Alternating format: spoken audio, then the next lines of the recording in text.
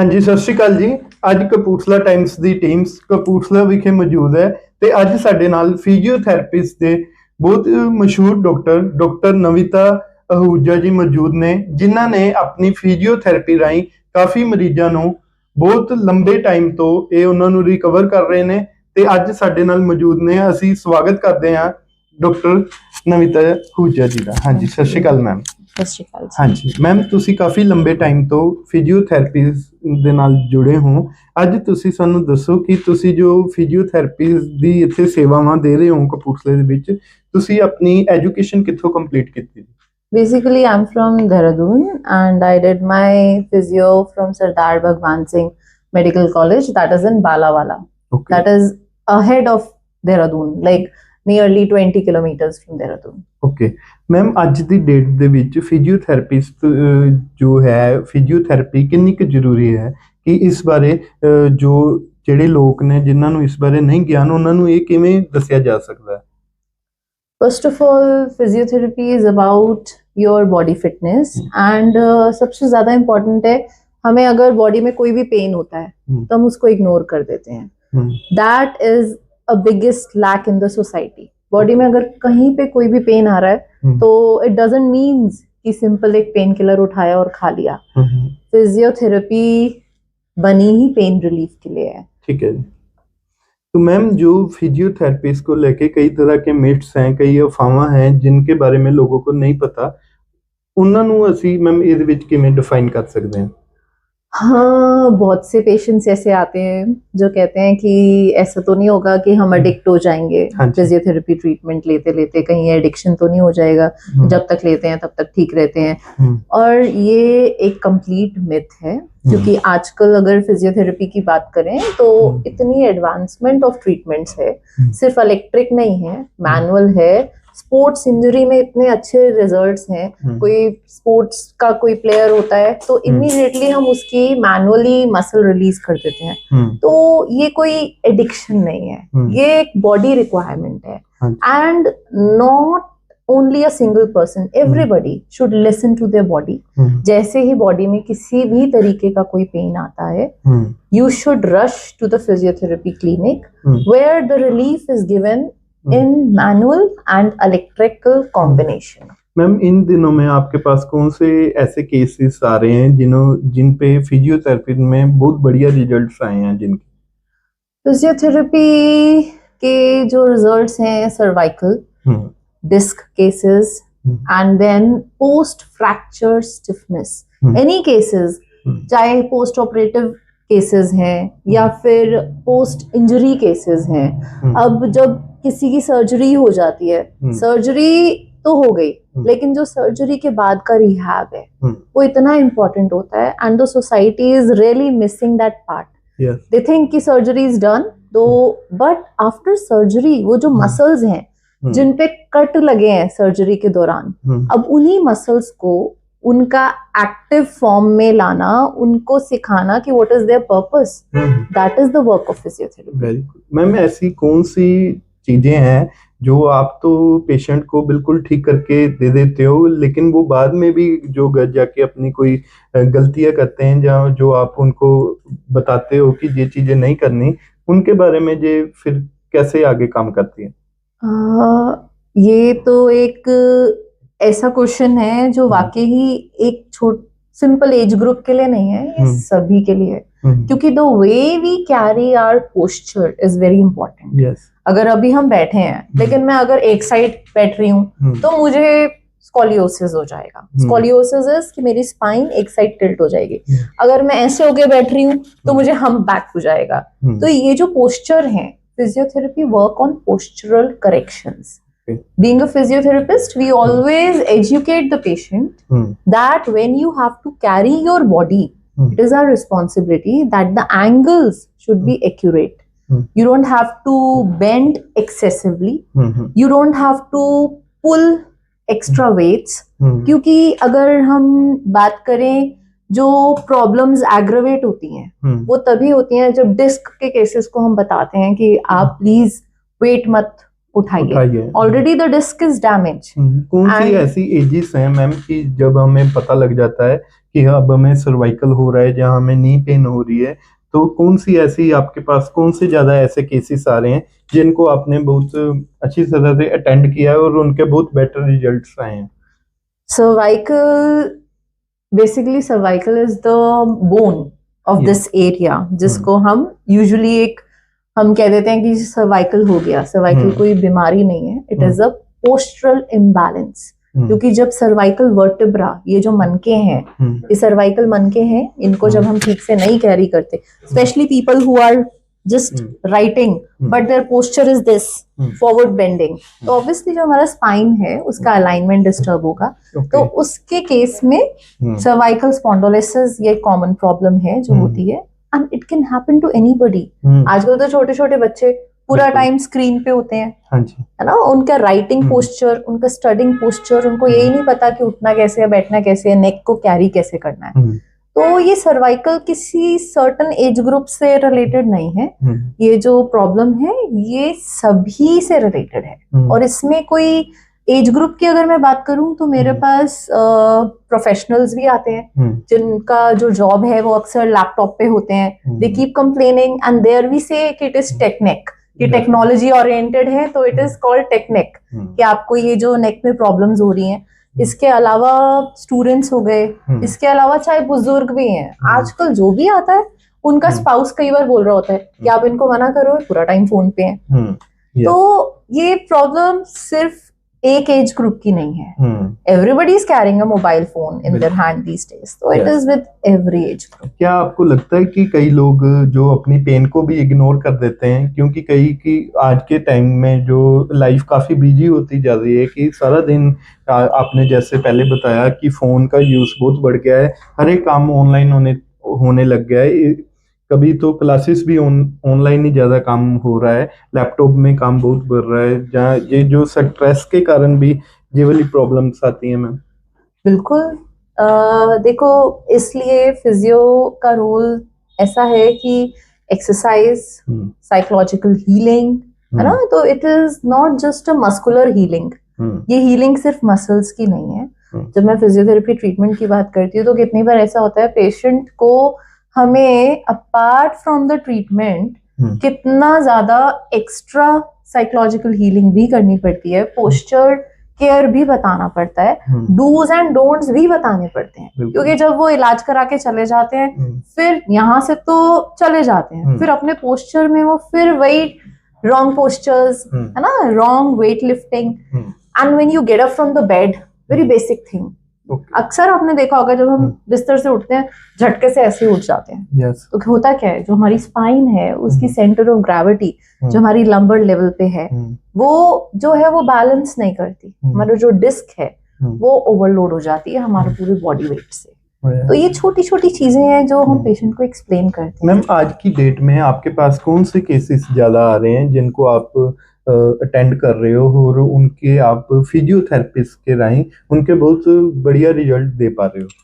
Physiotherapy का result सभी cases में अच्छा है। कई बार तो ऐसे केसेस आते हैं जो बहुत हैरान हो जाते हैं और इतने अच्छे रिजल्ट्स मिलते हैं कि when they walk in the clinic they are in so much of pain and when they walk out they themselves get so shocked कि मतलब वो दर्द कहाँ छू मंतर हो गया। कईयों को ऐसे लगता है कि फिजियोथेरेपिस्ट है जो वो भी होम्योपैथिक की तरह काम करती है, इसको काफी लॉन्ग वे में जाना पड़ता है, कई ये भी सोचते हैं कि इसकी हमें एडिक्शन ना लग जाए, इसके बारे में आप क्या कहना चाहोगे?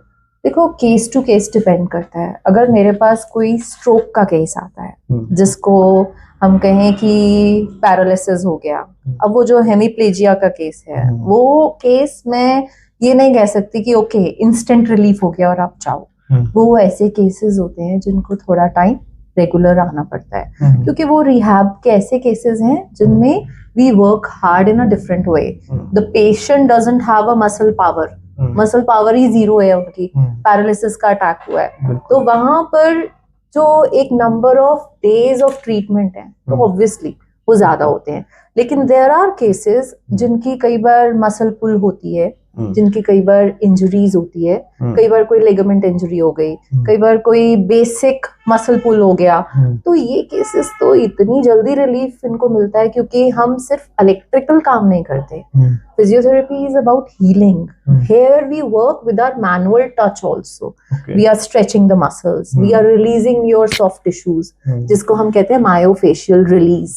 तो ये ट्रीटमेंट्स बहुत इफेक्टिव है. ओके मैम, जो स्पाइन्स की कितनी तरह की ऐसी मतलब बीमारियां हैं कि जैसे एकदम से कोई भारी चीज कोई उठा लेता है, जो जैसे कोई बकेट उठा लिया, कि हमें कब ये पता लगे कि आज हमें जब फिजियोथेरेपिस्ट की जरूरत है, ये हमारी बॉडी हमें कब सिग्नल देती है जी? Basically the first mechanism is, जो एक पेशेंट फील करता है वो होता है पेन, है ना, एक अनकंफर्टेबल. हाँ जी. पीपल से दैट ना मुझे अजीब सा फील हो रहा है. जो फर्स्ट सिम्टम होता है वो ये होता है that you are not feeling healthy. You feeling your muscles are tight. You feeling that you are unable to do certain things. हम बैठ नहीं पा रहे हैं, हम कुछ अपना डेली एक्टिविटीज का काम ठीक से नहीं कर पा रहे हैं. और होता क्या है, इसी चीजों को इग्नोर करा जाता है. अब इन सिम्टम्स को जब इग्नोर करते हैं तो ये बढ़ती रहती हैं. But being a human being, it is our responsibility to take care of our body. और जब भी ऐसा कोई सिम्टम आता है जिसमें हमारी activities of daily life hamper हो रही हैं, तो हमें चेक करना है खुद को कि ऑब्वियसली पेन है तो you should directly step into a physio clinic. And it's not कि आप सिर्फ एक पेन किलर ही खाएं, क्योंकि यूजुअली पीपल थिंक्स सिर्फ पेन किलर खाया और शायद लोग पेन किलर के भी एडिक्ट हो जाते हैं और उसके जो साइड इफेक्ट हैं वो बहुत ज्यादा हैं. हाँ, ऐसा नहीं है कि हम लोग पेन किलर्स नहीं देते. देयर आर केसेस जिन केसेस में पेन किलर्स भी साथ साथ चलते हैं, लेकिन रेंज ऑफ मोशन बढ़ाना है, जो टाइट मसल्स हैं उनको रिलीज करना है. बिल्कुल. तो उनमें फिजियो का एक बहुत इंपॉर्टेंट रोल होता है. ठीक है मैम, जो नीज के केसेस आपके पास आते हैं कि आजकल एक बहुत ट्रेंड चला हुआ है कि लोग अपने जो नीज हैं, गोडे हैं, उनको बदलाने में लगे रहते हैं, कि ऐसे भी केसेस आपने डिटेक्ट किए हैं कि जिनमें कोई नीज की प्रॉब्लम हो तो उनको बहुत जल्दी रिलीफ मिला हो? यस, सिर्फ जो नी सर्जरीज हैं वो तब होती हैं जब हमारा नी एक्सट्रीमली डैमेज हो जाता है. हाँ जी. जितने ऑर्थोज हैं वो भी तब तक सर्जरी नहीं करते जब तक वो देखते हैं कि अभी नी जॉइंट विदाउट सर्जरी काम करता है. तब तक जो है सिम्टोमेटिक रिलीफ और कंजर्वेटिव ट्रीटमेंट्स दिए जाते हैं. And physiotherapy has a major role in it. But when we see the joint is completely degraded, अब ये नी जॉइंट है वो बिल्कुल उसका आर्टिकुलर कार्टिलेज बिल्कुल ही डैमेज हो गया है. जो इसमें लिगामेंट्स होते हैं, जो प्लेयर हैं, कई बार वो जो भी गेम अपनी करते हैं उन्हें कोई प्रॉब्लम आ जाती है तो वो बाद में ठीक हो जाते हैं. बिल्कुल, स्टेजेस पे डिपेंड करता है. आपकी ग्रेडिंग क्या है, जो ग्रेडिंग ऑफ इंजरीज है that will decide. If it's a severe grade, obviously they need a surgical approach. But then if it's minor grading, then we do it with physio rehab और set हो जाता है. Okay. तो ma'am, जो आज के time में जो हमारा खाने पीने का जो हम पूरी तरह से बच्चे डाइट नहीं ले पा रहे, उसके लिए भी को बोन्स की प्रॉब्लम आ रही है. बिल्कुल. हाँ जी. देखो, कैल्शियम बोन्स के लिए बहुत इम्पोर्टेंट है. हाँ जी.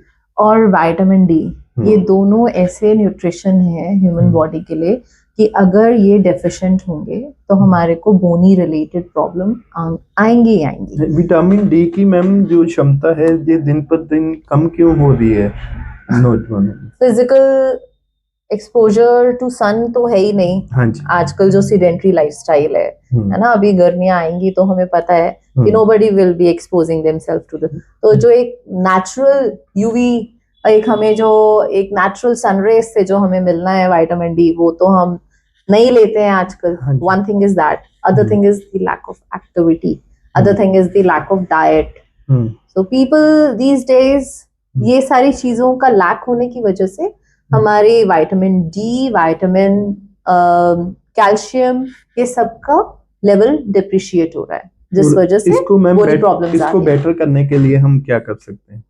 इसको बेटर करने के लिए सबसे पहले तो मुझे लगता है कि अगर ज्यादा डेफिशिएंसी है तो हर थोड़े टाइम बाद अपने टेस्ट कराने चाहिए, जिससे कि हमें पता चल जाए व्हाट आर द लेवल्स।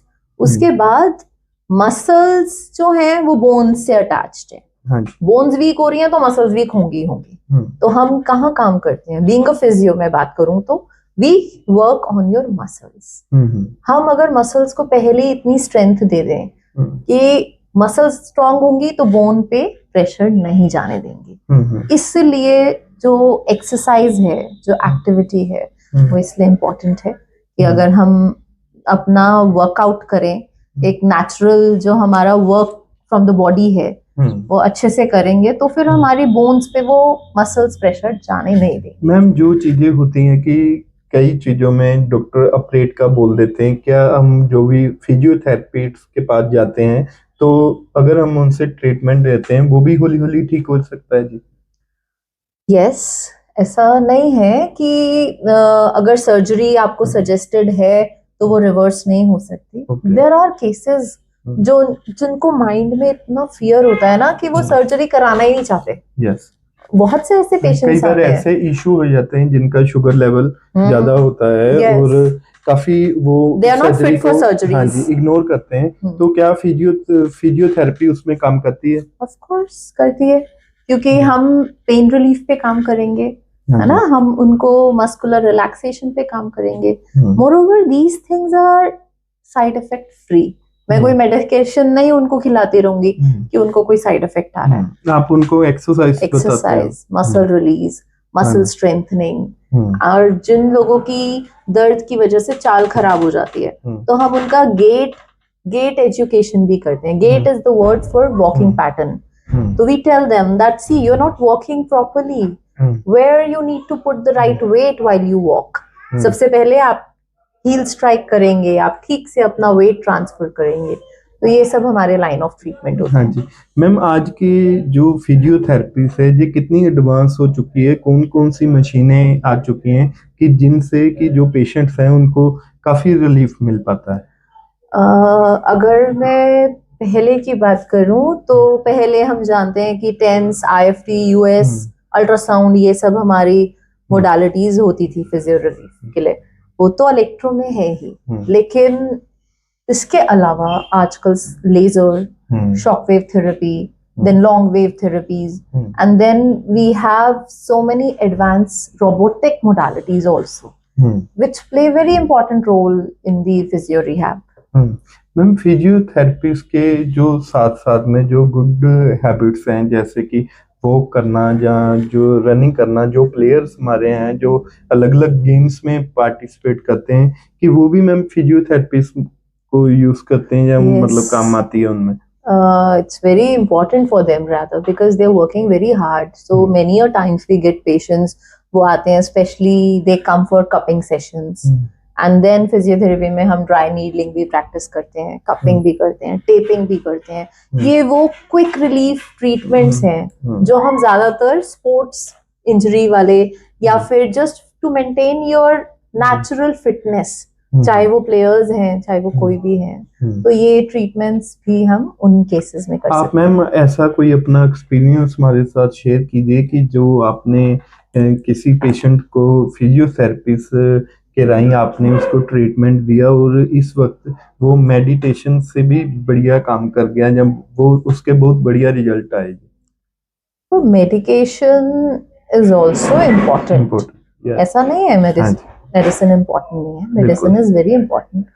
पर जहाँ पर हम अपार्ट फ्रॉम मेडिसिन अपनी मसल्स पे काम कर सकते हैं वो होता है फिजियो का काम, कि आपकी बॉडी को स्ट्रेंथ देना बिना दवाई खिलाए। तो उसमें हम काम करते हैं सिर्फ आपकी एक्सरसाइज पे। और बहुत से ऐसे केसेस होते हैं जो कितने टाइम से मेडिसिन खा रहे होते हैं लेकिन उन्होंने मूवमेंट नहीं किया होता। Physiotherapy is a movement therapy, है ना, हम बॉडी को मूव करा रहे हैं, and movement is a medicine.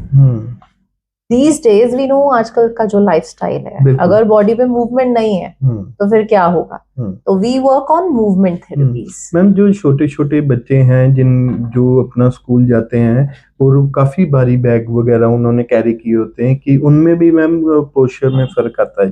Yes yes, many kids they get kyphotic. Kyphotic कहते हैं जो हम पैक आ जाता है, ऊपर का जो हमारा स्पाइनल एरिया वो ऐसे खूब निकल जाना, जिसे हम पंजाबी में कहते हैं ना कि खूब निकली हुई है, खूब निकल गया। हाँ, तो वो क्या है कि बच्चे जब बैग कैरी कर रहे हैं उनको यही नहीं पता कि हम एक शोल्डर पे कैरी करेंगे तो हमारा एक शोल्डर नीचे दब जाएगा। तो ये स्मॉल स्मॉल अर्गोनॉमिक एडवाइस होती है जो हमें बच्चों को बतानी होती है कि when you are carrying your bag, make sure you are carrying it nicely and the weight is distributed on both the shoulders equally. This is very important for kids. Another thing is, school में अब ऐसे भी rules आ गए हैं कि time table के according ही बच्चे अपने बैग लेकर आए, क्योंकि एक्स्ट्रा सामान लेकर आएंगे तो वो स्टेयर्स चढ़ रहे हैं, सेकंड फ्लोर थर्ड फ्लोर, तो उतना ही वेट उनके स्पाइन पे जा रहा है ना। तो ये छोटी छोटी केयर और टिप्स हैं, अगर इन सब का ध्यान दिया जाए तो हम स्पाइन को प्रोटेक्ट कर सकते हैं। इलेक्ट्रोथेरेपी के बारे में आप क्या मैम डिफाइन करना चाहेंगे? Electrotherapy is also very important because that's a part of physiotherapy. Physiotherapy is a combination of both manual and electrotherapy. अब electrotherapy में मैं अगर decompression की बात करूं, cervical, lumbar ऐसे cases में हमें decompression therapies देनी पड़ती हैं, जिसमें ज्यादातर traction भी होता है। जब स्पाइन पे लोडिंग होती है तो हमें उसको डिस्ट्रैक्ट करने के लिए इलेक्ट्रिक थेरेपीज भी हैं, मैनुअल ट्रैक्शन भी हम देते हैं। तो इलेक्ट्रिक थेरेपीज में हमारे पास चाहे अल्ट्रासोनिक की बात करें, चाहे फिर हम शॉक वेव मशीन, जितनी भी आप ये स्कैनिंग लेजर्स हैं, ये शॉक वेव है, लॉन्ग वेव है, ये सब इलेक्ट्रिक मशीन्स हैं। तो electrotherapy is very very helpful. बहुत से ऐसे केसेस होते हैं जो कई बार एक्सरसाइज नहीं करते, दे हैव कि हमें सिर्फ इलेक्ट्रिक मशीन से ठीक कर दो। तो वाइल प्रैक्टिसिंग जहाँ हमें कॉम्बिनेशन करना पड़ता है, वहाँ हमें अकॉर्डिंग टू द पेशेंट कि how the patient is feeling, कि एक अगर वो मैं बात करूँ आपसे कि फिजियोगन है जिसमें हम मसल रिलीज कर रहे हैं, फिजियोगन से पेशेंट को भले ही वाइब्रेशन लग रही है लेकिन मुझे पता है कि उस समय कौन सी मसल को रिलीज करना है। तो ये इलेक्ट्रिक इक्विपमेंट से ना पेशेंट को लगता है कि शायद एक्स्ट्रा वर्क हो रहा है हम पे, पर it's a combination. Okay ma'am, जो फिजियोथेरेपी है ये किन किन पार्ट्स में काम करती है? जो पेशेंट्स आपके पास आते हैं आप उन्हें किन किन जगह पे या किन किन चीजों के साथ उनका ट्रीटमेंट करते हो? Physiotherapy is for the entire body, not only a single issue, it's for everything in the body. These days हम काम करते हैं फीमेल हेल्थ पे भी। आजकल जो फीमेल्स आती हैं उनको अगर ब्लैडर बॉवल वीकनेस है तो उसमें भी हम इतनी सारी एक्सरसाइजेस हैं जो पेल्विक फ्लोर मसल्स को स्ट्रॉन्ग बनाने के लिए हैं, उस पे भी काम करते हैं। कोई हमारे पास कार्डियक पेशेंट्स आते हैं तो उनकी कार्डियक्स में मैम फिजियोथेरेपिस्ट का क्या योगदान है? बहुत, क्योंकि एक स्ट्रीम भी है when you do masters you can choose in cardiac also। आप कार्डियक फिजियो में मास्टर्स भी कर सकते हैं। उसमें क्या होता है कि हम ज्यादा ब्रीदिंग एक्सरसाइजेस कि एक एक्सरसाइज तो हम करा रहे हैं लेकिन हमारा जो कंसर्न होता है वो होता है what is the right way of doing the exercises. वो जो ब्रेथ है हमारी, उस पे एक्सरसाइज कैसे करना है, हमें लंग्स को कैसे एक्सपैंड करना है, तो वो टेक्निक्स होती हैं जिसमें फिजियोथेरेपी बहुत। मैम जो कपिंग थेरेपी आजकल चलती है वो कितना मायने रखती है और उसके रिजल्ट्स क्या हैं, उसको आप कैसे डिफाइन करते हो? Cupping is very effective these days. तो इमीडिएट अगर मसल रिलीज चाहिए, specially for sport players, people going to gym, तो वो कहीं ना कहीं मुझे लगता है it has become like a muscular grooming. जैसे हम अपनी सेल्फ ग्रूमिंग करते हैं ना, ऐसे जो बॉडी की ग्रूमिंग है ना, इसमें कपिंग का बहुत अच्छा रोल है क्योंकि ब्लड फ्लो इंक्रीज होता है, मसल्स रिलीज होते हैं। कपिंग थेरेपी मैम कितनी तरह की होती है और ये कौन कौन से एज ग्रुप के लोग हैं जो कपिंग थेरेपी ले सकते हैं? कपिंग थेरेपी बिल्कुल मैं कहूंगी कि न्यूबॉर्न या इन्फेंट्स को हम अवॉइड करते हैं ओके क्योंकि इतना ज्यादा प्रेशर हाँ हाँ कई बार but then age group any age group because the purpose अगर मैं पेन रिलीफ के लिए कर रही हूँ तो we have fire cupping, we have dynamic cupping, we have hard cupping, बड़ी टाइप्स की ये जो बैम्बू कपिंग्स अलग अलग टाइप्स की कपिंग है जो हम केस स्पेसिफिक करते हैं ये मुझे पेन रिलीफ के लिए कपिंग करना है या मसल रिलीज के लिए करना है या फिर मुझे जेंटल रिलैक्सेशन के लिए कपिंग करना है तो ये as per the case we decide which cup. Meditation और फिजियोथेरेपी में कोई इसमें सिम्टम जो है कोई कॉमन है कि कोई मेडिटेशन के साथ भी और फिजियोथेरेपी भी ले रहा है आपके पास? मेडिटेशन तो एक ऐसा प्रोसेस है विच इज अबाउट हीलिंग, ठीक है, सेल्फ हीलिंग है। मेडिटेशन इज सो पावरफुल है ना। तो व्हेन वी से meditation is just about you know remembering this almighty and he is the real healer. अगर हम कहें कि हीलिंग कहाँ से होती है तो ऑलमाइटी की ग्रेस से ही होती है, लेकिन फिजियोथेरेपी हमारी बॉडी का पेन मैकेनिज्म बैलेंस करने के लिए। इट्स एनी कॉमन सिम्टम, जैसे कोई योगा भी कर रहा है और फिजियोथेरेपिस्ट भी दे रहा है, जहाँ कोई कह लो कि अपने गेम के लिए भी है, तो वो कैसे इन तीनों चीजों को बैलेंस कर सकता है? देखो, जब हम योगा करते हैं या हम कई बार एक्स्ट्रा वर्कआउट करते हैं तो उस टाइम पे कई बार क्या होता है कि हम थक जाते हैं, वी गेट टायर्ड आल्सो। कई बार योगा करते करते ही हमें लगता है ओह मेरी ये बेंड होते होते ही मसल पुल हो गई है। तो when you come to physiotherapy department it's like we relax your muscles with heat and cold. Hot fomentation भी होता है, क्रायोथेरेपीज भी होती हैं, पेन रिलीफ मशीन्स भी होती हैं। तो ये दोनों चीजों के कॉम्बिनेशन से वो पेशेंट को ऑफ कोर्स रिलैक्सेशन भी मिलता है। हाँ जी। इन दिनों में मैम फिजियोथेरेपी में कौन कौन सी ऐसी नई चीजें ऐड ऑन हुई हैं कि जिनके साथ पेशेंट को और ट्रीटमेंट में काफी जल्दी रिकवरी, जैसे जो आपका नाम भी रिकवर वेल के नाम पे रखा गया है क्लिनिक का, और इसमें जल्दी रिजल्ट्स मिल जाते हैं? हाँ, वी कंबाइन। अगर मैं अपनी प्रैक्टिस यहाँ की बात करूँ तो I do shockwave therapies also, I do laser therapies also, and then there are other modalities जैसे मैंने पहले बताया, और इलेक्ट्रिक मोडालिटीज। उसी के साथ साथ हमारा मैनुअल रिलीज और टेक्निक, आजकल osteopathy is very very helpful these days.